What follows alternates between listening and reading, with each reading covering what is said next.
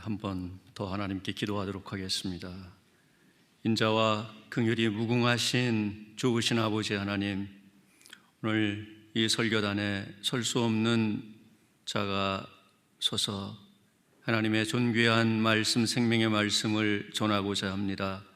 저의 부정한 입술과 심령을 정하게 하여 주시고, 하나님께서 말씀하고자 하시는 그 말씀을 주의 백성들에게 순전하게 전하게 하여 주시옵소서. 이 생명의 말씀이 선포될 때에 듣는 자들의 마음에 믿음이 생기게 하시고, 이미 믿음이 있는 자들, 그들의 심령에는 믿음이 더하여져서 그 믿음이 조금도 흔들림이 없는 견고한 믿음 되게 하여 주옵소서. 주 예수님의 이름으로 기도하옵나이다. 아멘. 올해는 종교개혁 502주년이 되는 해입니다. 지난 10월 마지막 주가 종교개혁 기념 주일이었습니다. 여러분은 종교개혁 주일을 어떻게 보내셨습니까? 종교개혁의 의미가 무엇인지, 종교개혁의 유산이 무엇인지 좀 진지하게 생각 좀 해보셨습니까? 종교개혁의 가장 큰 유산은 구원론입니다. 오직 믿음으로, 오직 은혜로 의롭다함을 받는다, 구원을 받는다 하는 것입니다. 여러분, 종교개혁자 루터는 자신의 구원 문제를 붙들고 오랫동안 씨름하고 괴로워하고 고민했습니다.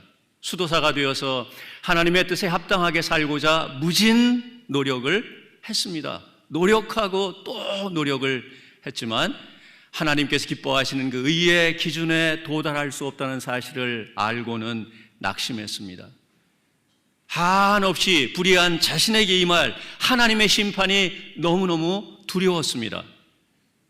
그러다가 로마서 본문에서 오직 믿음으로 의롭다함을 얻는다라고 하는 구원의 진리를 발견하게 됐습니다. 마침내 그의 영혼에 큰 구원의 기쁨이 넘쳤습니다. 마침내 영혼의 자유를 누리게 됐습니다. 여러분, 켈빈을 포함해서 다른 모든 종교 개혁자들이 루터가 발견한 이 구원의 진리를 적극적으로 지지했습니다. 자신들의 목숨을 걸고 한 목소리로 이 구원의 진리를 전파했습니다. 여러분, 이 구원의 진리 때문에 종교개혁이 가능하게 되었다, 이렇게 말을 해도 과언이 아닌 것입니다. 그런데 여러분, 오늘날 이 구원의 진리를 가볍게 여기는 사람들이 생각보다 참 많습니다. 지나간 500년 전 종교개혁 당시에는 대단히 중요한 구원의 진리였지만 오늘 이 시대에는 그렇지 않다. 심지어 어떤 성경학자들은요, 우리가 오직 믿음으로 의롭다함을 얻는 것이 아니라 믿음과 함께 우리의 행위로 의롭다함을 얻는다, 이렇게 주장하면서 여러분, 행위 구원의 방향으로 나아가는 그런 사람들도 있습니다. 여러분, 아무리 500년의 역사가 흘러갔다고 할지라도 여전히 오늘날 오직 믿음으로, 오직 은혜로 의롭다함을 얻는다, 구원을 얻는다 하는 것은 여전히 중요한 구원의 진리인 것입니다. 여러분, 믿으십니까? 여러분, 오직 믿음으로 의롭다함을 얻는다라고 하는 이 구원의 진리의 의미가 무엇인지 알고 계십니까? 여러분, 오직 믿음으로 의롭다함을 얻으셨습니까? 오늘 저는 갈라디아서 이 본문을 통해서 오직 믿음, 오직 은혜의 구원의 진리를 여러분들에게 말씀을 드리려고 합니다. 어쩌면 여러분들 다 알고 있는 진리인지 모릅니다. 그러나 이런 구원의 진리를 우리가 거듭해서 우리가 들어야 하고, 하나님께서 우리에게 은혜로 믿음으로 주신 이 구원을 인해서 기뻐하고 하나님께 감사하셔야 합니다. 오늘 여러분들이 구원의 진리를 새롭게 깨닫고 여러분의 심령에 구원 얻은 자로서의 기쁨과 감사가 넘치기를 바랍니다. 여러분, 오늘 우리가 읽은 갈라디아서 이 말씀은 본래 2000년 전 저 갈라디아 지역에 살고 있던 사람들에게 주신 말씀이죠. 여러분, 사도 바울과 바나바는 1차 선교 사역을 할 때 시리아 안디옥 교회에서 파송을 받고 갈라디아 지역에 들어와서 복음의 진리를 전했습니다. 그래서 이 지역에 교회들을 설립했어요. 그런데 여러분, 사도 바울이 바나바와 함께 복음 이 사역을 마치고 떠나가고 난 뒤에 이 지역에 거짓 교사들이 들어왔습니다. 이단의 무리가 들어왔어요. 그들이 주장하기를 사도 바울이란 사람이 전한 복음은 참 복음이 아니다, 온전한 복음이 아니다, 이렇게 주장하기 시작했습니다. 사도 바울이 전한 복음이 진정한 복음이 아니라고 부정하게 된 것이죠. 여러분, 사도 바울이 전한 복음이 무엇입니까? 갈라디아서 2장 20절에 나오는 유명한 사도 바울의 고백이 있지 않습니까? 이 고백의 마지막 부분에 내가 이제 육체 가운데 사는 것은 나를 사랑하사 나를 위하여 자기 자신을 버리신 하나님의 아들을 믿는 믿음 안에 사는 것이라.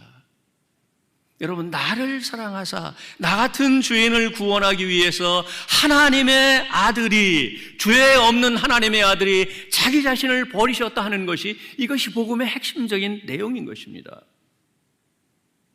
그러나 복음의 전부는 아니죠. 죄 없으신 하나님의 아들이 나를 사랑하사 나를 위하여 십자가에 죽으셨다는 사실을 믿음으로 말미암아 하나님의 은혜로 의롭다함을 받습니다. 구원을 받습니다. 이것까지가 복음의 진리인 것이죠. 사도 바울이 갈라디아 지역에 들어와서 전한 복음인 것이고 성경에 기록된 복음인 것입니다.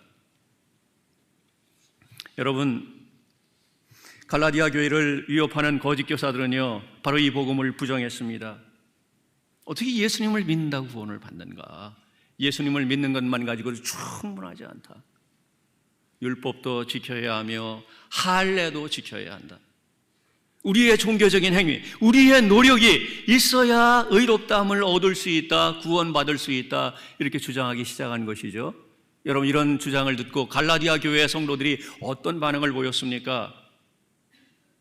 그렇지, 우리가 어떻게 예수님만 믿는다고 구원받을 수 있나? 예수님 믿는 그 믿음만으로 어떻게 구원받을 수 있나? 우리가 한 일이 아무것도 없는데, 우리가 노력한 것이 아무것도 없는데, 우리의 노력이 필요하겠지, 우리의 행함이 필요하겠지. 여러분, 그런 생각을 하면서 거짓 교사들이 전해준 그 말을 따라서 할례도 받고 율법도 지키기 시작했습니다. 여러분, 이런 갈라디아 교회 성도들을 향해서 사도 바울은 어떤 반응을 보이십니까? 어떻게 말씀하십니까? 갈라디아서 1장 6절 말씀을 보시면은 이렇게 사도 바울은 저들을 책망하고 있습니다. 그리스도의 은혜로 너희를 부르신 이를 이같이 속히 떠나 다른 복음을 따르는 것을 내가 이상하게 여기노라. 도무지 일어날 수 없는 일이 일어난 것으로 인해서 사도 바울은 너무너무 당혹스럽게 여기고 있습니다. 그리스도의 은혜로 너희를 부르시니 곧 하나님을 이같이 속히 떠나 어떻게 다른 복음을 따라갈 수 있느냐? 여러분, 저들은 사도 바울이 전해준 참된 복음, 진짜 복음을 버리고 다른 복음을 따르고 있습니다. 그러나 그 다른 복음은 복음이 아니에요. 그래서 7절 말씀에서 사도 바울은 다른 복음은 없나니 라고 분명하게 선언하는 것이죠. 거짓 교사들이 전해준 복음은 진짜 복음이 아니라는 것입니다. 여러분, 그리스도의 복음을 변절시킨 거에 지나지 않는 것이죠. 자, 하나님께서 사도 바울을 통해서 알려주신, 또 사도 바울에게 계시를 통해서 알려주신 그 진짜 복음, 곧 그리스도의 복음입니다. 그리스도의 복음을 버리고 복음이 아닌 것을 따라가고 있으니 얼마나 기가 막힌 일입니까? 사랑하는 성도 여러분, 오늘 우리가 사는 시대에도 갈라디아 지역에 들어왔던 거짓 교사들처럼 교인들의 마음을 미혹시키는 그런 자들이 있죠. 소위 이단들입니다. 한국 교회가 얼마나 신천지, 하나님의 교회, 그런 이단들 때문에 얼마나 홍역을 겪고 있습니까? 기존 교회에 다니던 교인들, 중직자들, 이런 사람들이 썰물같이 이단들을 따라가고 있지 않습니까? 여러분, 마치 이단들이 요즘에는 자신들이야말로 참 진리의 집단인 것처럼, 자신들이 정통 교회인 것처럼 얼마나 극성을 부리는지 몰라요. 기존 교회에 문제가 많기 때문이죠. 기존 교회 강단에서 진짜 복음, 참 복음이 선포되지 않고 있기 때문입니다. 얼마나 안타까운 일인지 알 수가 없습니다.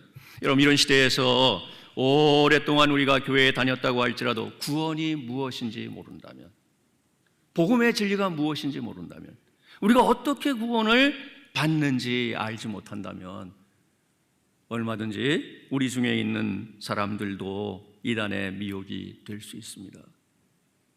내가 구원받은 사실을 알지 못하고 구원받은 사실을 확신하지 못하는 사람들도 이단들의 주장에 마음이 이리저리 갈대와 같이 흔들릴 수 있다는 것입니다. 그럼 제가 지난 여름에 제가 사는 지역에서 어떤 권사님을 만났습니다. 굉장히 적극적이고요, 열심히 얼마나 대단한지 몰라요. 매일매일 자기 남편 집사님과 함께 새벽기도 나갑니다. 하루도 빠지지 않습니다. 교회 봉사를 얼마나 열심히 하는지 그 교회에서 봉사의 대장이에요. 전도는 또 얼마나 열심히 하는지요. 저하고 같이 잠시 동안 이동하고 있는데 만나는 사람들마다 막 예수 믿어야 구원받습니다, 예수 믿으세요. 얼마나 열심히 전도하는지 몰라요. 목사인 제가 너무너무 부끄러웠습니다. 그런데 그분과 함께 다니다가 한 가지 그분의 안타까운 점을 알게 됐습니다. 그 권사님이 열심히 교회 봉사하고 열심히 헌금 생활하고 열심히 기도 생활하고 열심히 전도하는데 그렇게 하는 목적이 뭐냐? 죽은 뒤에 천당 가는 것입니다. 죽은 뒤에 천당 가는 거예요. 목사님, 제가 왜 이렇게 열심히 교회 봉사하고 열심히 전도하고 열심히 기도 생활하는지 아세요? 천당 가려고요. 천당 가야 되잖아요. 여러분 어떻게 생각하십니까? 혹시 여러분 중에도 이 권사님처럼 생각하시는 분들이 계시지는 않습니까? 여러분, 이 권사님은요, 마치 갈라디아 지역에 들어오니 거짓 교사들이 주장하는 것처럼 예수님 믿는 거 가지고 충분하지 않다고 생각하는 거예요. 내가 열심히 교회 봉사하고 열심히 전도하고 열심히 기도해야 구원받을 수 있다고 생각하는 것이죠. 여러분, 이 권사님의 또 한 가지 문제가 무엇입니까? 구원이라고 하는 것을 죽은 뒤에 천당 가는 것으로만 생각한다는 것입니다. 그럼 천당이 무엇입니까? 하늘에 있는 집이죠. 우리 한국교회 교인들은 오래전부터, 오래전부터 죽은 뒤에 천당 가는 것을 구원이라고 생각을 해왔습니다. 틀린 것은 아니죠. 완전히 틀린 것은 아닙니다. 그러나 여러분, 구원은 죽은 뒤에 받는 게 아니라 지금 여기서 받는 것입니다. 지금 여기서 받는 것인 줄 믿으시기 바랍니다. 지금 여기서 믿음으로 천국 백성이 된 사람, 지금 여기서 믿음으로 하나님의 자녀가 된 사람이 죽은 뒤에 천당도 가는 것입니다. 여러분, 잊지 마시기 바랍니다. 구원은 우리의 노력이나 우리의 행위가 아니라 오직 믿음으로, 오직 은혜로 받는 것입니다. 누가 뭐라고 얘기해도, 그 어떤 탁월한 세계적인 성경학자가 주장한다고 할지라도 구원은 오직 믿음으로, 오직 은혜로 받는 것입니다. 그 누구도 자기의 노력이나 행함으로 구원받을 수 없기 때문에 하나님께서 믿음의 원리로, 은혜의 원리로 구원받는 이것을 정하신 것이죠. 이것이 성경의 가르침입니다. 이것이 종교개혁자들이 성경에서 발견한 구원의 진리인 것이죠.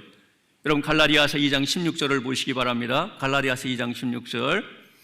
사람이 의롭게 되는 것은 율법의 행위로 말미암음이 아니요 오직 예수 그리스도를 믿음으로 말미암는 줄 알므로 우리도 그리스도 예수를 믿나니 이는 우리가 율법의 행위로서가 아니고 그리스도를 믿음으로써 의롭다함을 얻으려 함이라. 율법의 행위로서는 의롭다함을 얻을 육체가 없느니라. 율법의 행위라고 말씀하시죠. 자, 하나님께 주신 율법을 지킴으로 그 누구도, 어떤 사람도 하나님 앞에서 의롭다함을 얻을 수 없다고 말씀합니다.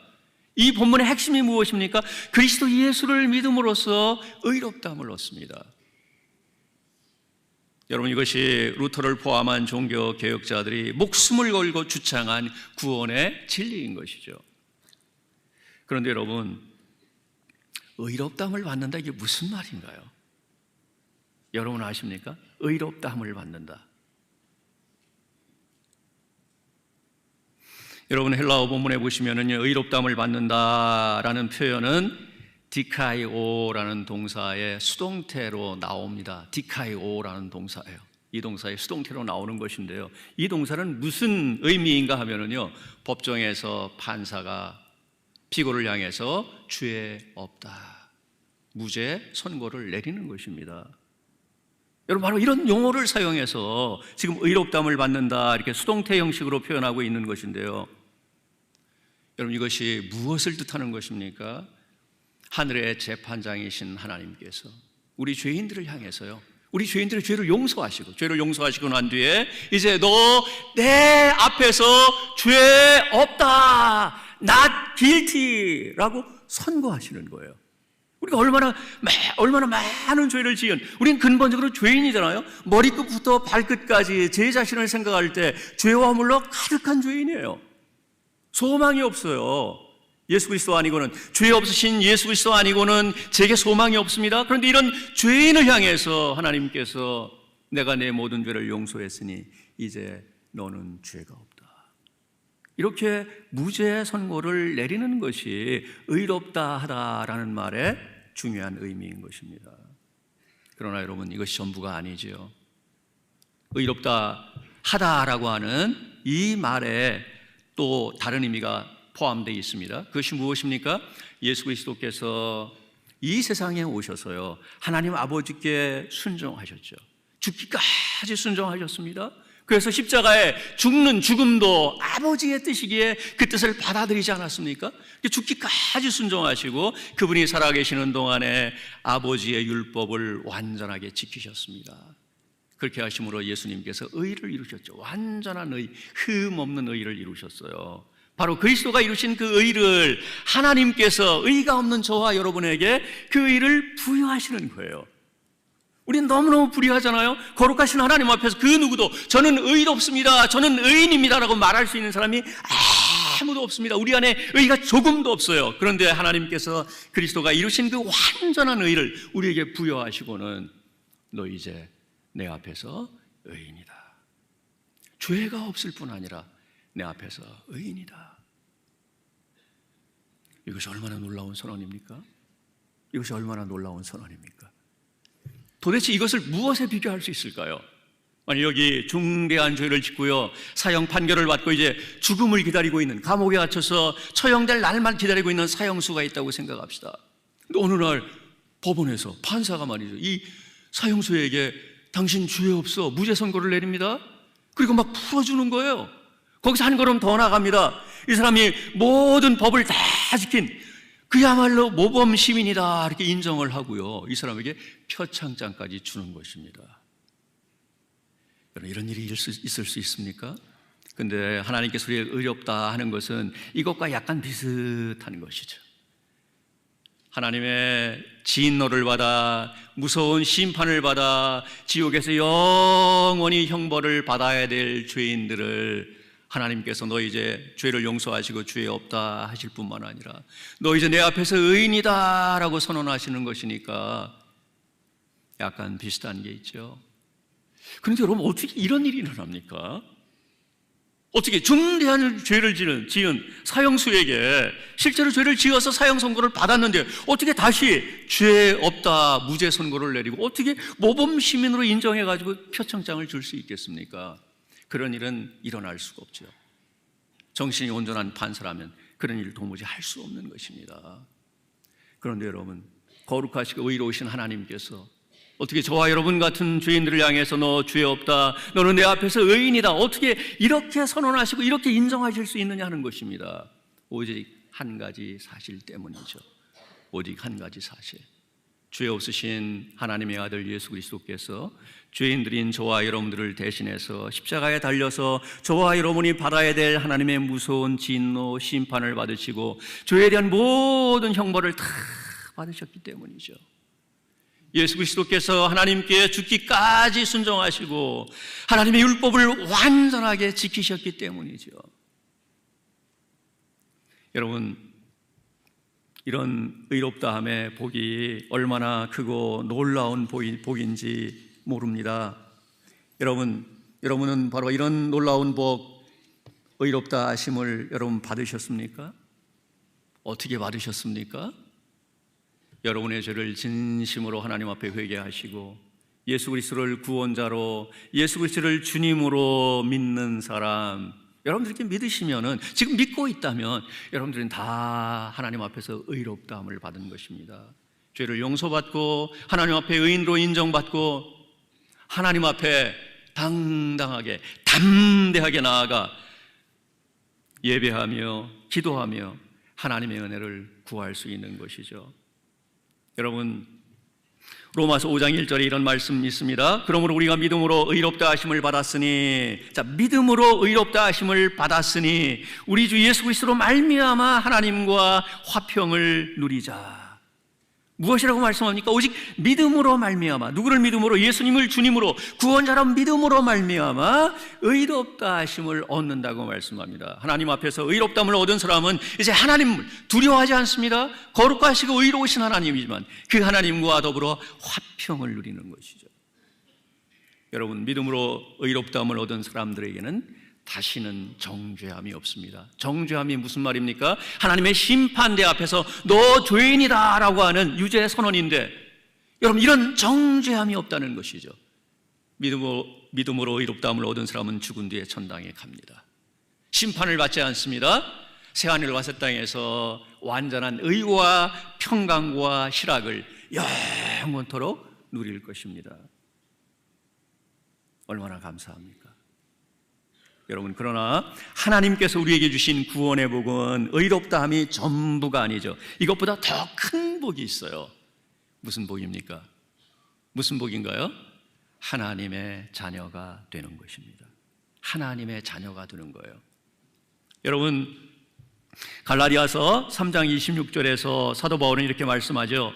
너희가 다 믿음으로 말미암아 그리스도 예수 안에서 하나님의 아들이 되었으니, 자, 너희가 다라고 말씀합니다. 무엇으로 말미암아? 믿음으로 말미암아. 무엇이 되었습니까? 하나님의 아들이 되었습니다.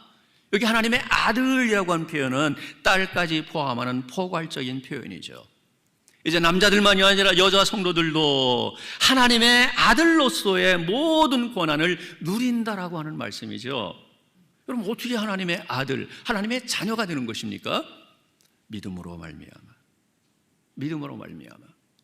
여러분, 저와 여러분은 본래 하나님의 자녀가 아니었죠. 하나님의 형상대로 지음받은 자들이나 하나님의 자녀가 아니었습니다.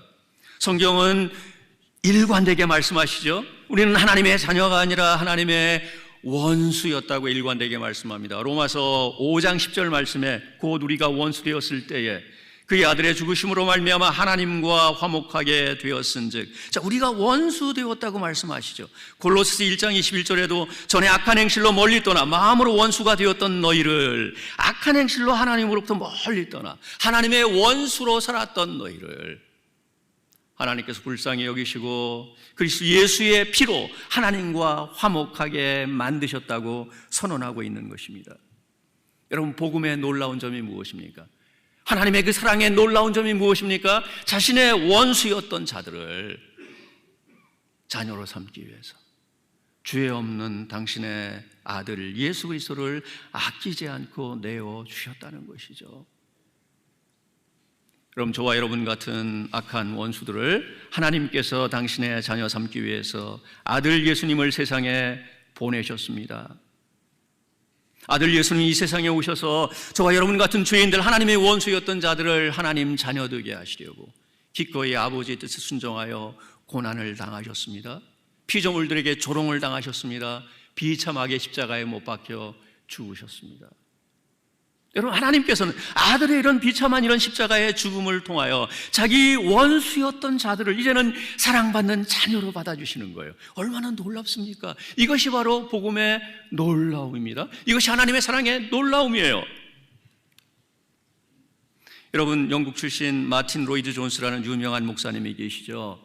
의사를 하다가 목회자가 된 사람입니다. 이분이 로마서 강해 5권에서 이렇게 구원의 복에 관해서 진술합니다. 하나님의 구속을 통해 우리에게 일어난 가장 놀라운 일은 우리가 하나님의 자녀가 되었고 하나님의 가족의 일원이 되었으며, 이런 특별한 의미에서 우리가 우리 주 예수 그리스도의 형제들이 되었다는 것입니다. 무슨 말이죠? 복음의 가장 놀라운 사실이 무엇이냐? 우리 같은 죄인들이 하나님의 자녀가 되고 하나님의 가족의 일원이 되었다. 다시 말씀드려서 하나님의 자녀가 되는 것이 구원의 가장 크고 가장 놀라운 복이다라는 것입니다. 여러분, 앞에서 의롭다함을 얻는 것 큰 복이라고 했습니다. 하나님의 진노를 받아 하나님의 영원한 심판 아래 형벌을 받아야 될 자들을 이제 너 죄 없다 하시고 의인으로 인정해 주시는 이 의롭다함에 이것이 얼마나 큰 복인가 앞에서 말씀드렸어요. 정말 그것도 큰 복이죠. 그러나 의롭다함의 복보다 더 크고 더 놀라운 복이 바로 하나님의 자녀됨입니다.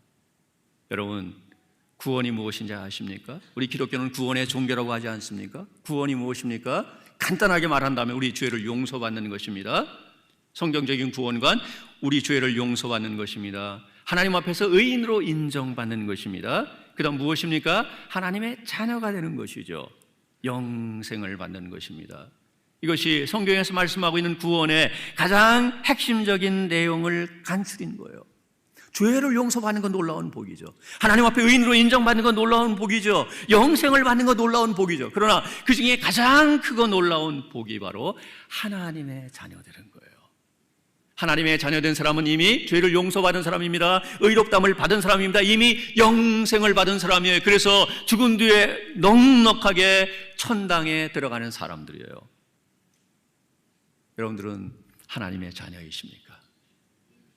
하나님의 자녀이십니까? 어떻게 하나님의 자녀가 되셨습니까? 어떻게 하나님의 자녀가 되셨죠? 순종함으로 자녀가 되었습니까? 선하게 삶으로 자녀가 되었습니까? 사랑을 행함으로 하나님의 마음에 쏙 들어서 하나님의 자녀로 입양되셨습니까? 여러분, 앞에 살펴본 갈라디아서 3장 26절이 가르치는 대로 우리는 믿음으로 말미암아 하나님의 자녀가 되었습니다. 믿음으로 말미암아 하나님의 자녀가 되었습니다. 믿음으로 말미암아 의롭다함을 얻습니다. 또 믿음으로 말미암아 하나님의 자녀가 되는 것입니다. 하나님께서 우리가 얼마나 하나님의 뜻을 따라 잘 순종하는지 살펴보시고 난 뒤에 자녀로 삼지 않으셨어요. 제가 두어 주 전에 경상남도 함양이라는 곳에 가서요, 어떤 장로님을 만났습니다. 장로님이 저한테 막 자랑을 하시더라고요. 1년 전에 딸을 결혼시켰대요. 1년 전에. 그런데 결혼하기 전에 딸이 결혼할 형제를 데리고 왔는데요, 딸보다 나이가 2살이 어려요. 연하해요. 이 장로님 보니까 너무 미덥지가 않았습니다. 미덥지가 않았어요. 선뜻 결혼을 허락할 수가 없었습니다. 그래서 사위될 사람을 불렀습니다. 이 장로님이 함양에서 사과 과수원 하시는 분인데 불러가지고 6개월 동안 사과 과수원에 일을 시켰습니다. 같이 먹고 마시고 생활하면서. 잘 살펴봤습니다. 얼마나 성실하게 일하는지, 얼마나 성실하게 생활하는지. 보니까 마음에 드는 거예요. 자기 딸보다 나이는 어리지만 꽤 성숙하고 성실하고 이만하면 됐다. 사위 자격이 있다. 결혼해라. 여러분, 하나님께서 저와 여러분을 하나님 자녀 삼으실 때 이렇게 하셨을까요? 만일 이렇게 하셨다고 생각해 봅시다. 과연 이 중에 몇 사람이나 하나님의 자녀가 되는 자격을 받으셨을까요? 그래, 이만하면 됐다. 너는 내 자녀가 될 만한 자격이 있다라고 하나님께서 그렇게 말씀하실 만한 사람이 저와 여러분 가운데 얼마나 있을까요? 한 명도 없습니다. 저도 그런 하나님의 자격 시험 통과할 수 없어요. 아무도 없습니다. 그렇게 하나님께서 오직 믿음으로, 은혜로 우리에게 하나님의 자녀되는 자격을 부여하시는 것입니다. 여러분, 요한복음 1장 12절 말씀을 알지 다 모두 아시죠? 영접하는 자, 곧 그 이름을 믿는 자들에게 무엇을 주십니까? 하나님의 자녀 되는 권세를 주시는 거예요. 하나님의 자녀의 자격을 주시는 게 누구에게 주시는가? 영접하는 자, 곧 예수 그리스도를 믿는 자들에게 주신다는 것이죠. 이것이 하나님의 은혜인 것입니다. 여러분, 오직 우리는 믿음으로 말미암아 하나님의 은혜로 의롭다함을 얻는 것이고 하나님의 자녀가 되는 것이죠. 자, 그래서 여러분, 하나님의 자녀가 맞습니까? 하나님의 자녀가 되셨습니까? 자, 그러면은 여러분이 하나님의 자녀라고 하는 것을 어떻게 알 수 있습니까? 어떻게 알 수 있습니까? 그럼 제가 2가지만 말씀드리고 오늘 설교 마치도록 하겠습니다. 첫 번째는요, 사도 바울처럼 하나님의 아들이신 예수님이 나를 사랑하사 나를 위하여 죽으셨습니다. 이런 고백이 나에게 있는가 확인하는 것입니다. 갈라디아서 2장 20절 유명한 고백이죠. 내가 그리스도와 함께 십자가에 못 박혔나니 그런즉 이제는 내가 산 것이 아니요 내 안에 그리스도께서 사시는 것이라. 이제 내가 육체 가운데 사는 것은 나를 사랑하사 나를 위하여 자기 자신을 버리신 하나님의 아들을 믿는 믿음 안에 사는 것이라. 여러분, 이 고백의 마지막 부분 어떤 내용입니까? 이제 내가 육체 가운데 사는 것은 나를 사랑하사 나를 위하여 자기 자신을 버리신 하나님의 아들을 믿는 믿음 안에 사는 것이라. 여러분, 이 고백이 있는 사람, 이 고백이 하나님의 자녀가 되었다라는 사실을 입증하는 하나의 표지와 같은 것입니다. 믿음으로 은혜로 구원받았다는 사람은요, 바로 예수 그리스도의 사랑을 아는 사람, 하나님의 사랑을 아는 사람이죠. 나를 사랑하사 나를 위하여 기꺼이 자기 자신을 버리신 하나님의 아들의 그 사랑을 아는 사람이에요. 그래서 이런 사랑의 고백이 있는 사람이 누구냐? 하나님의 자녀인 것입니다. 이런 사랑의 고백을 가진 사람은요, 예수님 제가 사랑합니다, 예수님 제가 진심으로 예수님 사랑합니다, 그리고 예수님을 주로 고백하면서 예수님의 뜻을 따라 살아가는 것이죠. 여러분들에게 이런 사랑의 고백이 있으십니까? 여러분, 두 번째는요, 내가 하나님의 자녀가 되었다는 사실을 확인할 수 있는 두 번째 증거는 아빠, 아버지라는 고백입니다. 아빠, 아버지라는 고백. 하나님을 향하여 내가 아빠, 아버지라고 그렇게 부르고 그렇게 고백하고 있다면 하나님의 자녀인 것이죠. 여러분, 오늘 우리가 읽은 본문 갈라디아서 4장 6절 말씀 우리 다 같이 한번 읽어보도록 하겠습니다. 갈라디아서 4장 6절입니다. 시작.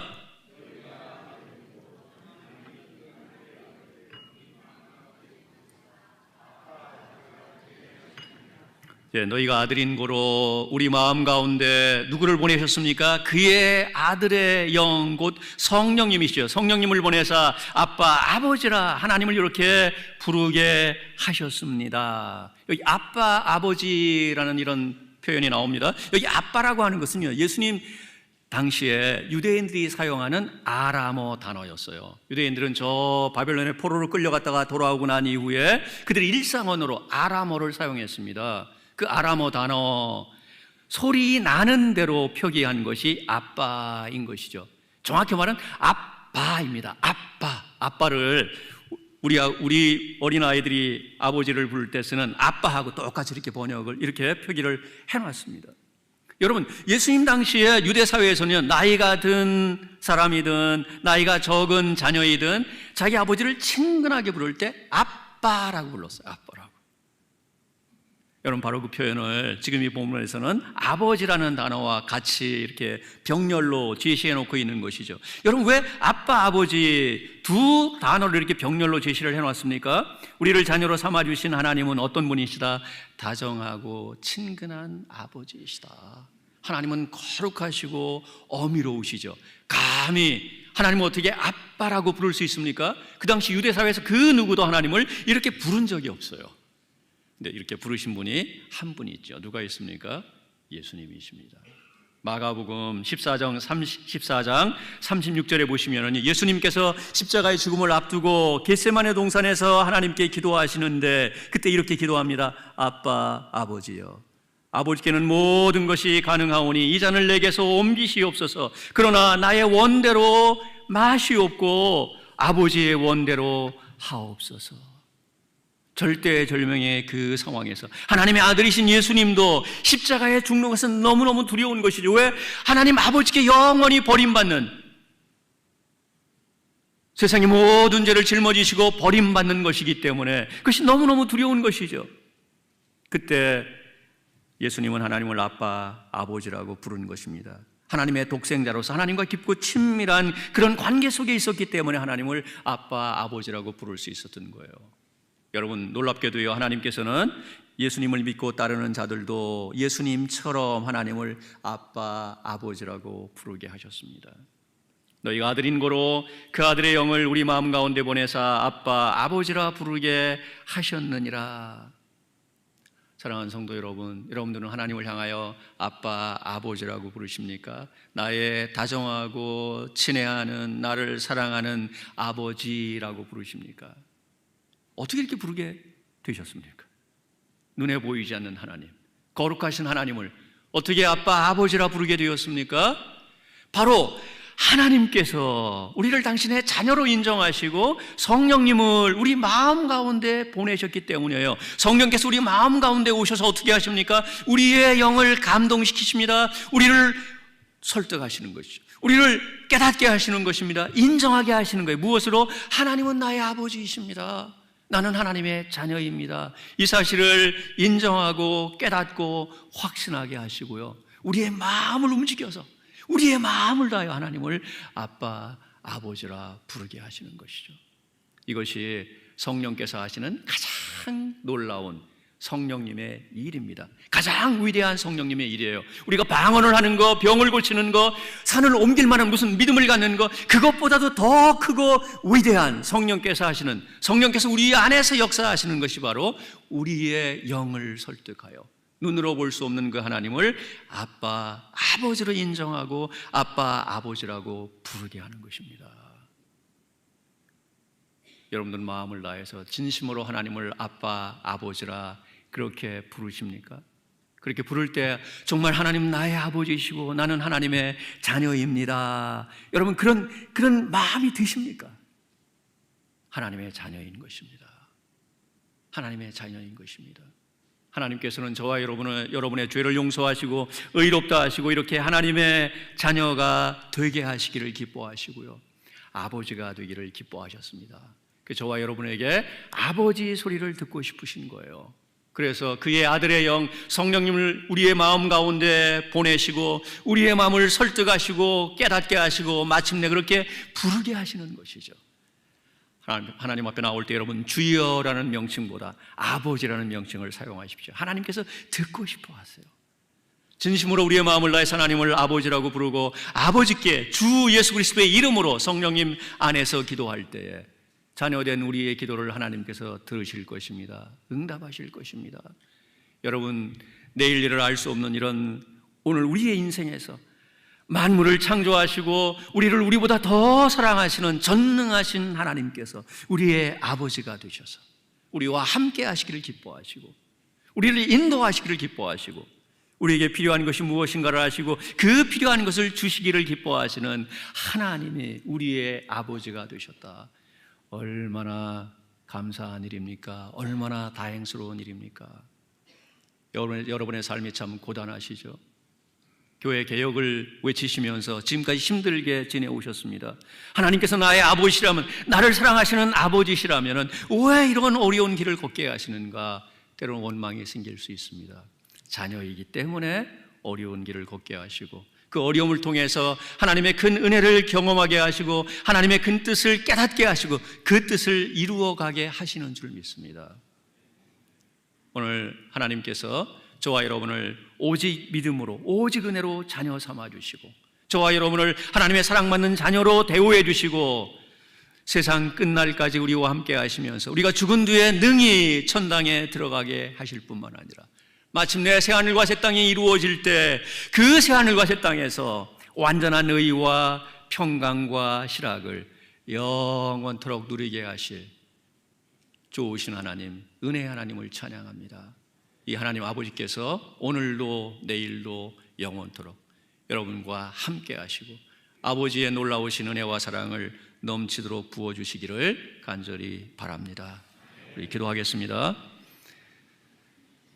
인자와 긍휼이 풍성하신 하나님 아버지, 우리가 원수였지만 하나님께서 우리를 원수로 대하고 원수 갚지 아니하시고 오히려 우리를 긍휼히 여겨주시고 많은 사랑을 베푸셔서 아들 예수님을 우리를 위하여 내어주시고 아들의 죽으심과 부활을 통하여 우리를 사랑받는 자녀, 존귀한 자녀로 삼아주셔서 진심으로 감사합니다.